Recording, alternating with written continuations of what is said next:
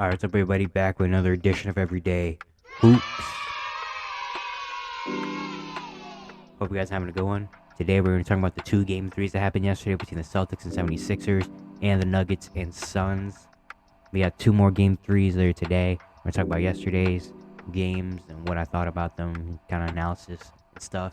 Thank you guys for the views on the videos and the shorts. Really, really appreciate it. If you like content, consider subscribing, like, turn notifications, do also like that. Really appreciate it. Really helps out a lot. And yeah, let's not waste any more of your time. Let's get right into it.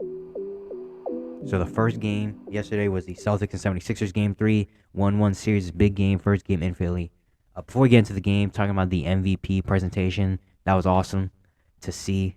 Shout out to Joel Embiid for winning MVP, giving a little round of applause. That was really awesome, really wholesome moment, especially when he came out with his son. He started crying. That was really wholesome. Love that the NBA brought that back to give him the MVP during a playoff game. A few years because of the whole virus and stuff. All of them were virtual, but now he gets it in front of his home team, in a playoff game. That's really really special. And yeah, that was awesome. Getting into the game, the Celtics started off this game hot. Jason Tatum coming off a horrible performance in game two. He came out and scored like 10 points really early. The Celtics were on fire to start this game, but the Sixers came back. Joel Embiid, you saw was really getting on, and Tobias Harris and Tyrese Maxey early were hitting shots. A very close first quarter, very close first half in general. The Celtics outscored the Sixers 29-21 in the second quarter. A lot of help from Jaylen Brown, who's been really good in this playoffs as well. Their out guys like Al Horford, Marcus Smart were hitting shots early, and it was just really close throughout the game. Somebody go right to the fourth quarter, and they kept looking like the Celtics were gonna take it and make it like a 14-point game. But then the Sixers boys come back. D'Anthony Melton hit a shot. Joel Embiid will get an easy lay-in. Harden will make a layup. The Celtics would have like a turnover, offensive foul, something like that. But Jason Tatum, man. Jason Tatum hit some clutch shots. He hit that turnaround fadeaway with 2:40 left during a 9-point game. And then James Harden came down and hit a three. Then Jason Tatum hit that nice step back three. I think it was on Tobias Harris. Tough step back three. They ultimately end up winning the game. Celtics win 114 and 102 and take a 2-1 series lead. The Celtics shot 44%. The Sixers shot 40%. Both teams hit 16 3-pointers. Both teams got to the free throw line a lot. The turnover difference, Sixers had one more turnover. The assist difference, Celtics had 4 more assists. Rebounds, basically the same. This was a very tight game. It really just came down to shot making. Really. Shot making and who was going to clutch up defensively at the end of this game. The Celtics did both those things. Jason Tatum really showed out. 27, 10, and 5. Shot 10 for 20, hit 3 3-pointers. He closed out the game really well. Jaylen Brown, 23, 7, and 5. He was there early. He was playing really well. Al Horford finally got his shot going. Al Horford was struggling to shoot the ball throughout the entire playoffs so far. And then last night, 17 points, hit 5 threes. Probably his best game of the playoffs by far. This year, that was big. Marcus Smart and Malcolm Brogdon each had 15, and Derek White had 13, 6 and 2. Williams had some energy as well. Robert Williams got hurt late in this game, contesting a shot and kind of fell. Hopefully, he's okay. And hopefully, Grant Williams is okay. That stomp by Joel Embiid, not intentional at all, obviously, but that looked crazy to watch. But the Celtics just came out, looked a lot more intensity. This is what I want to see from the Boston Celtics. The Celtics have a chance to really go to the NBA Finals and win a championship this year, and they need to keep playing with consistency on both ends, offensively. Not just trying to draw fouls and stuff, moving the ball around, shooting threes. That's as the Celtics play basketball. They're doing that last night, and then defensively, they look a lot more locked in as well, forcing turnovers and stuff. The Sixers love to see that Joel looks back. Game 2, he really struggled on offensive end. This game, he was giving on both ends. He had 30 and 13, 9 for 19, got to the free throw line 12 times, had 4 blocks. He was really good. But James Harden,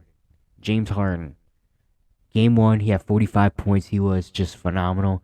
The last 2 games, he's been horrid shooting the ball. Since the game 1, we had 45.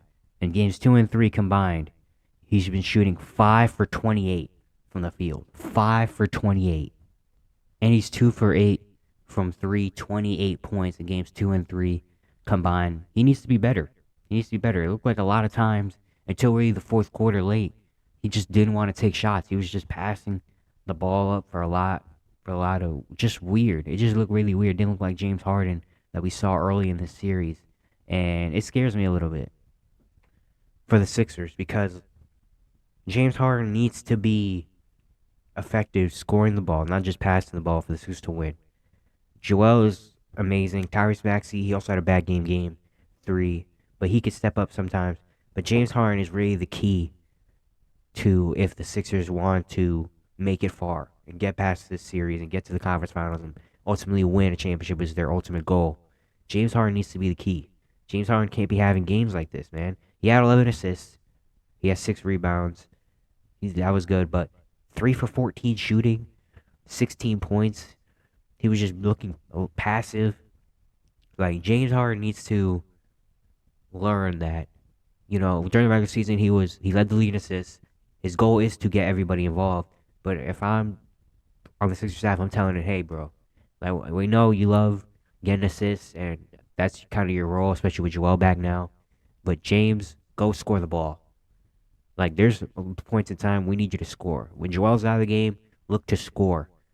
Go get to the free throw line. Go get some shots. You can also, I mean, not saying don't look for anybody for assists, but go get some buckets.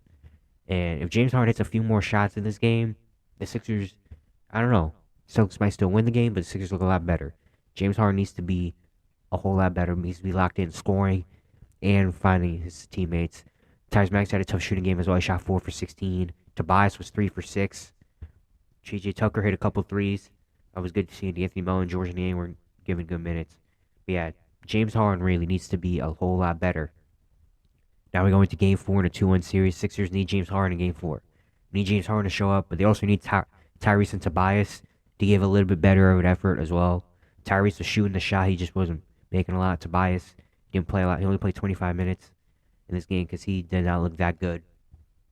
And he had 5 fouls as well. So both of those guys need to be a lot better, but it's James Harden. James Harden needs to be there. Next, we have the Nuggets and Suns Game 3. Nuggets up 2-0. First game in Phoenix. This was a must-win for the Suns with Chris Paul not in the game. It was very good to start. Both teams were making a lot of shots. For the Suns, Devin Booker getting started, of course, but the role players looked a lot better early in this game. Cameron Payne, Josh Giddey were making shots. For the Nuggets, Jamal Murray got to a hot start. It was very close first half. Then we got to the second quarter, and second quarter, the Suns ran it up. Devin Booker was on fire this entire first half, the entire game, really.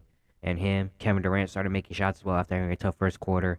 And then guys like Terrence Ross, DeAndre Ayton started hitting shots, and the Suns outscored Denver 38-21 in the second quarter. It took a 15-point lead at halftime. But then the third quarter, the Denver Nuggets came back. Jamal Murray and Nikola Jokic led the Nuggets back, took the lead at one point, and it was just a 2-point game at the end of the third. The Nuggets outscored Phoenix 36-23 in the third quarter. We go to the fourth quarter, and Devin Booker hitting shots. The Nuggets were trying. Nikola Jokic, Jamal Murray, Michael Porter Jr. were trying, but the role players just weren't really stepping up for Denver. And the Suns close out this game. T.J. Warren hit a couple shots at the end of this game randomly to close it out. The Suns win 121-114 and win their first game of the series. It's now 2-1. The Nuggets shot really good. The Suns. Suns shot 51% from the field. And one big thing was the Nuggets' three-point shooting was not that good. Nuggets only shot 10 for 30 from three, while the Suns were 9 for 28. We know the Suns aren't a big three-point shooting team, so the Nuggets struggling to shoot the three. That was really the big separator in this game. Because the Nuggets did everything. The Nuggets out-assisted them. They out-rebounded them. It was just the Nuggets couldn't hit threes. But Devin Booker, man. Devin Booker. He has been probably, between him and Jimmy Butler, the best player in the playoffs. It arguably could be Devin Booker because he has been on fire. 47, 6, and 9 in a must-win game. That's huge. 20 for 25, 5 for 8 from 3. That efficiency is insane. And he was just all over the place from the first second of the game to the end. You saw Devin Booker was out there balling. And they really needed it. KD as well had a really tough start.